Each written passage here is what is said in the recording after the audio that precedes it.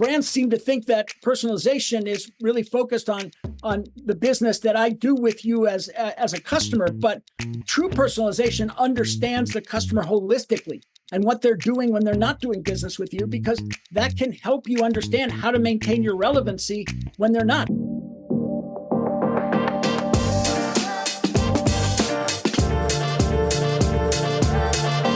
Today is part 3 of a very special series called Breaking Loyalty. I'm here with Mike Robero, and if you've missed the earlier episodes, by way of brief introduction, Mike Robero is a loyalty and customer engagement architect. That's my description.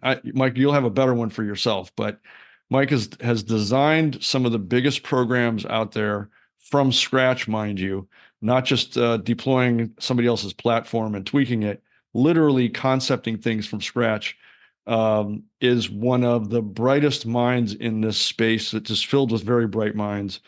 And over the past 2 episodes, we've been breaking it down. What's going on in loyalty? What are the fixes in loyalty? What customers are demanding? And so here in part 3, we're wrapping that all up in a nice little bow. Mike, thanks for joining me. I'm glad to be here, Mike. And this is obviously something I'm very passionate about. Having designed some of the original loyalty programs in the airline and hospitality industry, it's been both challenging and frustrating to see the lack of progress that programs have made despite the massive changes in the marketplace. And so I thought today we would focus on what needs to happen to address those changes so loyalty programs can once again have the kind of efficacy and economic power that they once did when they were first launched almost 40 years ago now. Can we just spend a moment before we jump hard into part 3 here and just super high level recap some of the issues that have been dogging loyalty for the past decade or so? Well, super high level. The biggest one is the lack of evolution. Loyalty programs have pretty much still operate the way they did when they were first launched, despite the massive social changes that the marketplace has gone through and the consumer has gone through. The changes that have been made haven't been well thought out. Things like expiring points and miles, which only serve to completely disenfranchise the occasional user, and made things difficult for the frequent user. And then obviously there's the whole issue of conflicting interests and the fact that the larger programs are now selling their currency to third parties at a point in time where their best customers are having trouble converting their currency into anything that has value because there's no availability. So there are issues, and the good news is they can all be solved and solved fairly readily if people think beyond what they've kind of limited themselves to in the recent past. Thank you for the beautiful segue to jump right into the fixes. And I want to hit this I'll speak very high level, but I'll look to you to add depth and context to this.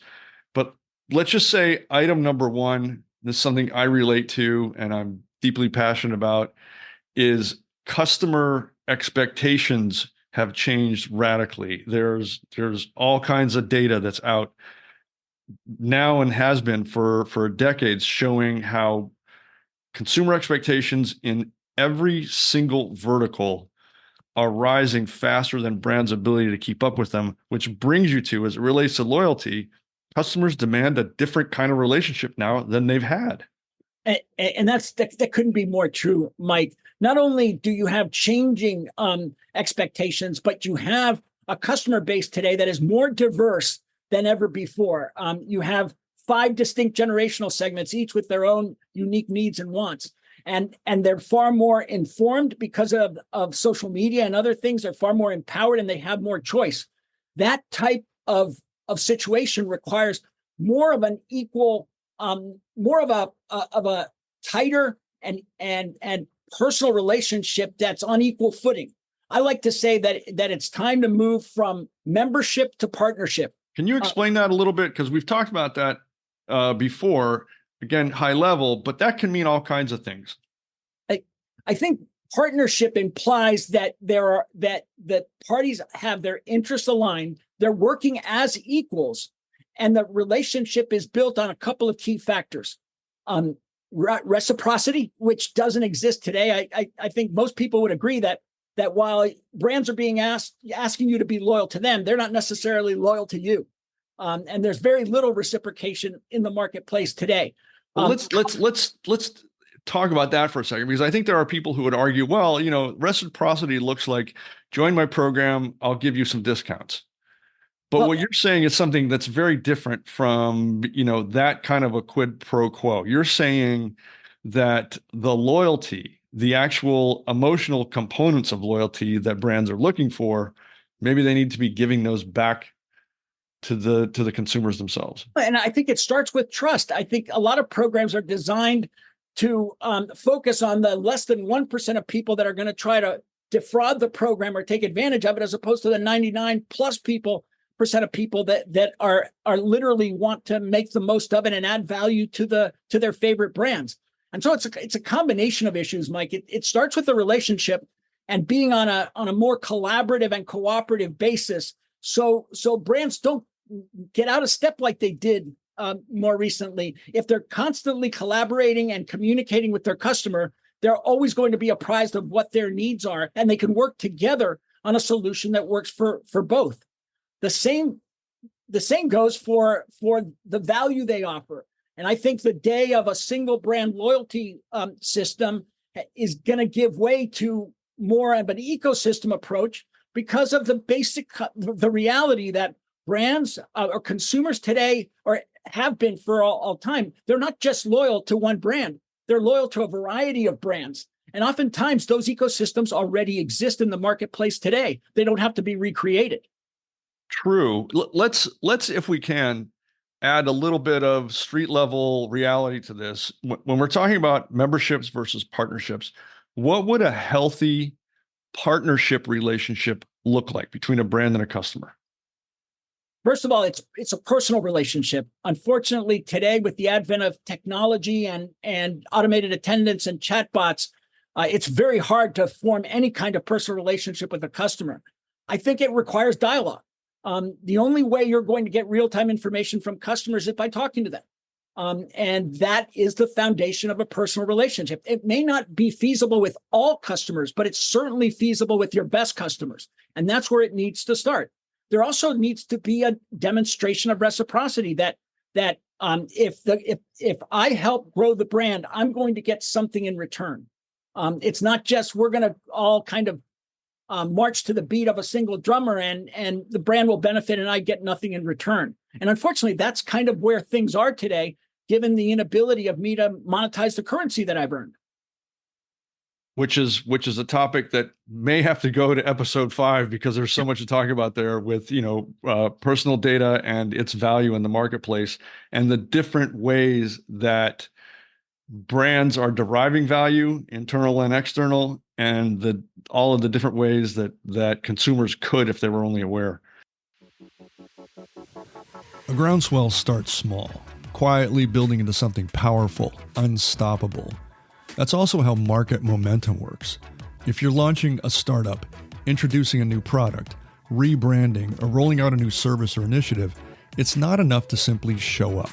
You need to build momentum strategically. Specializing in go-to-market strategy, Groundswell works with organizations at every stage, creating custom plans that help products and brands break through the noise and grow, ensuring a launch that doesn't just happen, it sticks. From understanding your target audience to perfecting your positioning, Groundswell's approach ensures you're not just catching the market's attention, but keeping it. With expert guidance, your product moves from launch day to long-term success, turning that initial wave of excitement into sustained growth. If you're ready to take your product, service, or brand to market, it might be time to think about a Groundswell strategy. Visit groundswell.cc to learn more. You mentioned something a little while ago that you don't believe that the days of single brand loyalty are long for this world. Instead, that you're looking for something, you're looking forward to something that looks more like an ecosystem where brands are interacting with other brands that are interacting with with consumers and giving them a whole new level of ways to engage, to earn, to redeem. Explain that a little bit. So, it's interesting when you look at the airline and hotel programs today, they are already ecosystem. They're just not fully functioning ecosystems. You look at a United or American, they have a bunch of partners that are part of that program, but those partners don't have the same access to the customer that the airlines or the hotels do. Just take that extra step and give those partners an opportunity to engage with that customer that customer might be loyal to as well. And now you've significantly enhanced the opportunity for that customer to earn and to derive value without having to join 16 different programs. How does that work in practicality, though? Because, that's, having spoken to countless loyalty people over the years, that's always been something of a brass ring. The ultimate goal is to give all of those options to the consumer to earn and redeem across brand boundaries. But how do you do that? Well, it's really easy, Mike. You start with brands that have large customer bases, and they become the kind of, in a sense of the word, the general partner responsible for that ecosystem. Then there are limited partners, other brands that participate. So whether it's Hilton's a general partner and all of their current partners become limited partners, or it's T-Mobile where they're the general partner and all of their T-Mobile Tuesdays and Magenta status partners become the limited partners. Those limited partners are able to reward people for making purchases, for writing reviews, for making a referral, for sharing personal information with them, just like T-Mobile is.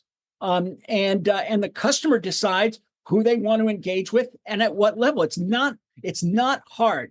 The challenge is really kind of thinking that, I don't want to share my data with another brand, but you're really not. You're sharing a customer, and you're doing that already.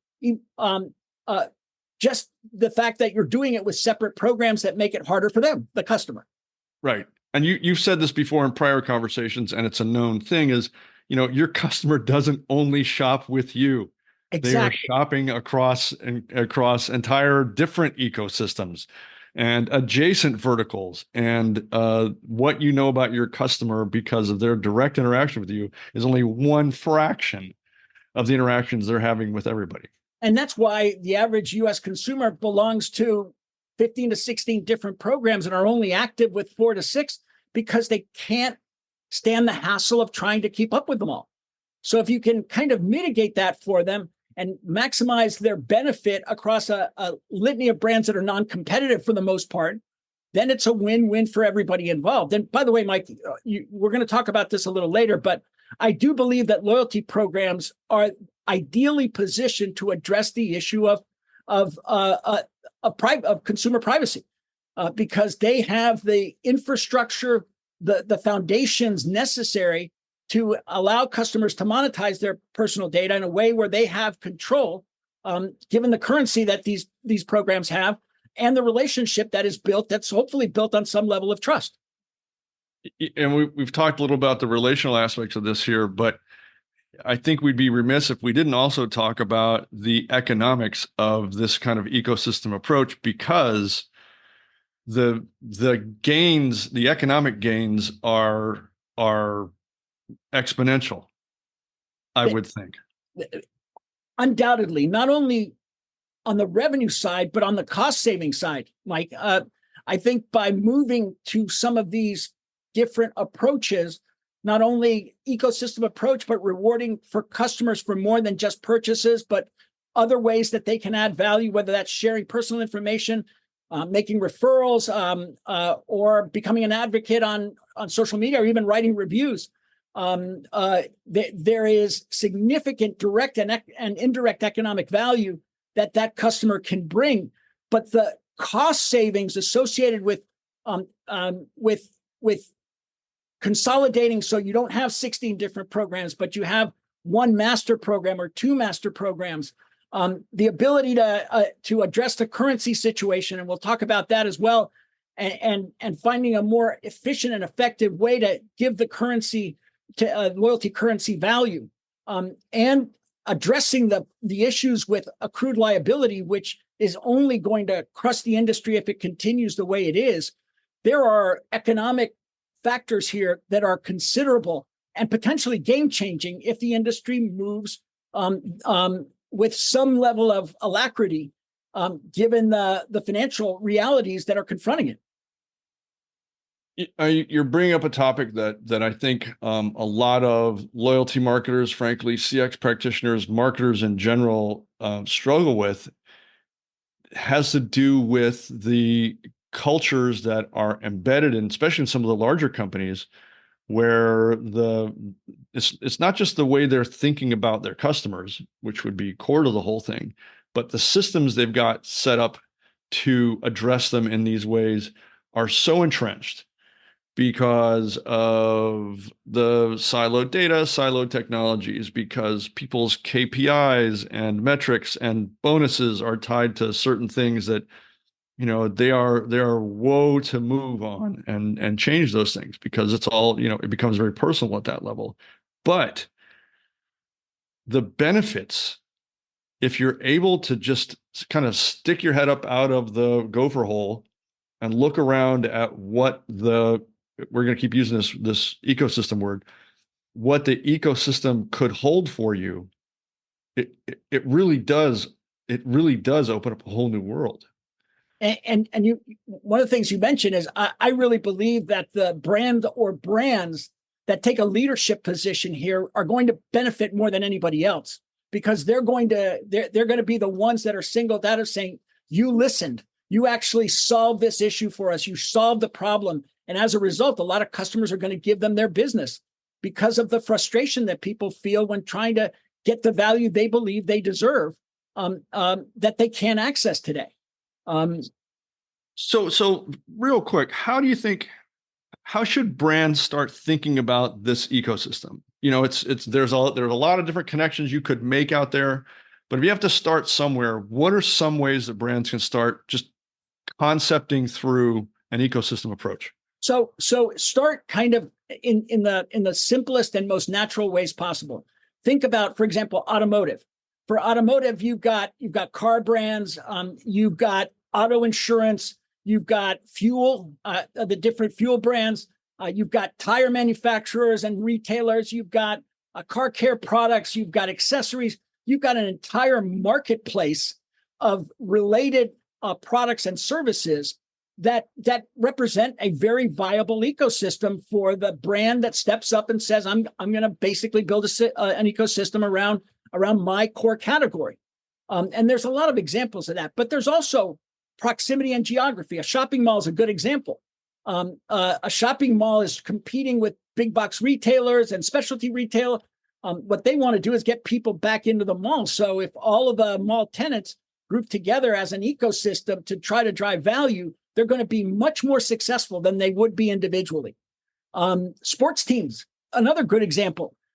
Sponsors are looking for more tangible benefit from their relationship with the various teams, and who better than fanatical followers of a team that will probably are probably more inclined to engage with those sponsors if it provides reciprocal value. So the examples out there, Mike, are numerous. And you don't have to reinvent the wheel to identify an ecosystem that makes sense. And frankly, there are a lot of brands out there that have a sizable enough customer base that can take a leadership role in building an ecosystem for the benefit of their customers. They could literally redraw the geography for so many other brands. Exactly. And take a leadership position, as you're saying, in doing so. And the beauty of it is everybody wins. The sponsoring brand wins, the partners win, and most importantly, the customer wins. And it's all driven by the growth of the brand, because when the brand grows, everybody benefits. Was talking to somebody just actually earlier this week who said, and everybody does, that their company is fully customer focused and customer centered. Every company will tell you that. I think you kind of have to.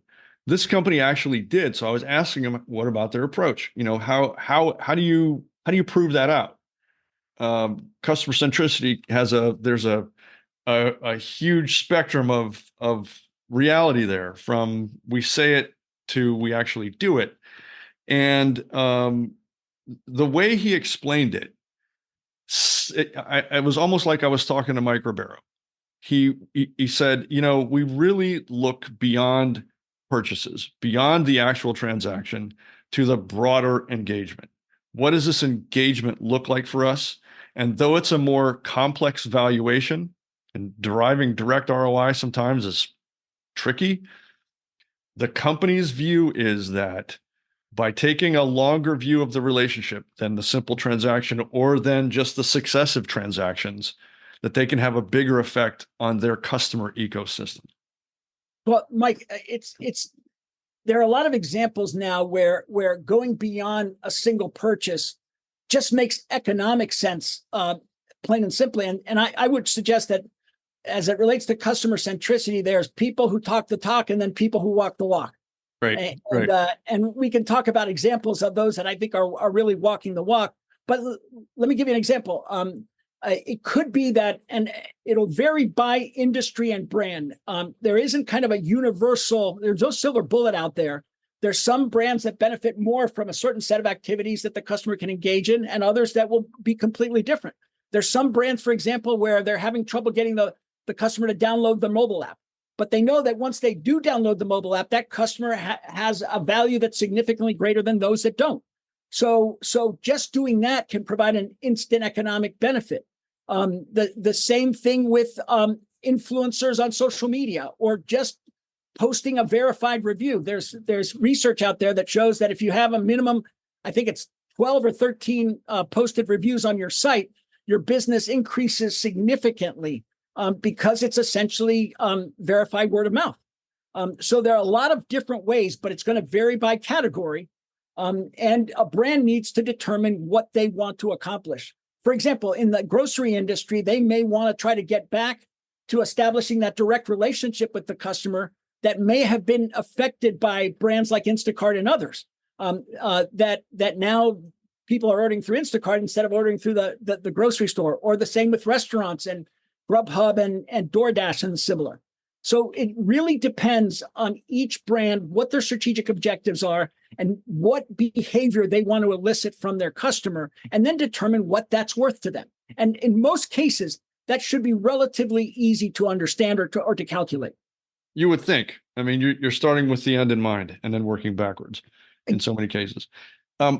Before we leave this topic entirely, I'd like to talk about something that comes up fairly frequently in our conversations as well, which is the difference between rational engagement and efforts to connect rationally and emotional engagement, and what the difference there is and the importance of it. Because I know you have some very definite thoughts on that. Well, it's funny. That's what I was going to talk about next, because that's one of the things that I think has to be fixed. That and the currency issue are the two major facets of loyalty programs that are broken today. And it seems like when loyalty was first being developed, it was clear that loyalty required a combination of reward to reinforce rational factors of the product or service, and recognition to reinforce the emotional. As pressure increased and kind of pricing and value became an issue, rewards took the forefront and people forgot about recognition. That situation was exacerbated by the advent of technology, which kind of eliminated the human factor and replaced it with technology, making it almost impossible to forge an emotional bond with a brand. That's one of the big reasons why millennials and Gen Z consumers aren't loyal, is it's hard to be loyal when there's no emotional attachment. Restoring a balance, and that is not just as it relates to recognition and reward, but really the experiential side of the brand value proposition. Things like better service, true personalization, where you get to know the person beyond the business that they do with you. And that's one of the big concerns I have is brands seem to think that personalization is really focused on the business that I do with you as a customer. But true personalization understands the customer holistically and what they're doing when they're not doing business with you, because that can help you understand how to maintain your relevancy when they're not. It was one of the biggest challenges we faced in the hospitality industry, which is how do you maintain relevancy when people aren't traveling, right? And there's a way to do that if you know more about your customer. I feel like that statement you made a moment ago, true relevancy is based on a 360-degree, call it holistic understanding of who your customer is, not just a transactional one. And that's a solvable problem now. That wasn't always the case. That's only a fairly recent development, that we can have those kinds of insights and understandings of who all of these people are and devise ways of building relationships with them. Mike, getting back to the original, when these programs were first launched, it was first about creating an opportunity cost for non-exclusive use of a brand. You wanted to create some pain when people had to buy a brand other than the program that they belong to. Reward and recognition. And then the third one was about the data. It's about getting to know your customers better so you can have a true personal relationship with them. And there was that kind of attachment that made it really difficult for a competitor to come poach them. That facet has been lost, and it has to be reinstated, because unless there is rational and emotional alignment, a customer is always going to be at risk. Because number one, you can always buy the rational side of the equation. You can price yourself cheaply. You can add longer warranties. It's really easy to buy that side. The other side isn't as important, but it's not. It isn't as easy to trump having an emotional strength, but practical weakness. But it's really not in play today, because few companies really make that a priority. And so you must have both to have not only long-term, but sustainable commitment. I want to shift the conversation a little bit to something a little more prescriptive. What do brands do with all this? Because we've now spoken at length about what the key core problems loyalty is bringing into the market, what they're facing, why customer engagement isn't what it should be. We've talked about what customers are really looking for. We've talked about some of the mechanics that that modern loyalty programs should start looking at.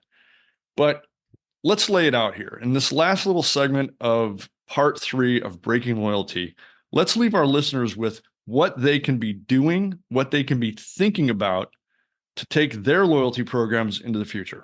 So, very easy. Take a look at your relationship with your customers. Start talking to your customers and asking them what kind of relationship they want. And don't just kind of blue sky them. Give them some models. Let them react to that. Customers are not good at blue sky. They react to things. Explore an ecosystem that revolves around your brand. Or alternatively, if you don't have a large customer base, are there partners you have that do, and can you work with them? Expand the horizon of value that a customer can add to you beyond purchase. Where can they add value the most? Is it buying a subscription, for example, so there's recurring revenue? Is it referrals? Is it reviews? What behavior can you elicit from your customers that can drive incremental value? Then you've got to fix what's broken. And one of the biggest areas, Mike, is the currency. I remember when we first launched Hilton, we said you get 10 points for every dollar you spend, because we wanted to inflate the perceived value. In today's world, people know exactly what the currency's worth, and you're not pulling any wool over their eyes today. So it's better to be transparent. And there are solutions to the currency issue. You just need to make the currency easy to earn, easy to access, and you've got to give it utility beyond the reward charts that exist today. That limits the brand, and it limits the customer, and it undermines value. And that's not hard to do. And we can talk about that in a separate session on how to fix that specific problem. And then lastly is start thinking about how you can empower your customers by having them share data with you in a way where they get some value in return. And that way you start learning more about them in a way that can help you then guide your strategy going forward. And the last couple of things I'd say is focus on maximize flexibility, minimize complexity. Programs are far too complex. They've been over-engineered to focus on the 1% that's going to try to take advantage of you, as opposed to the 99% that aren't.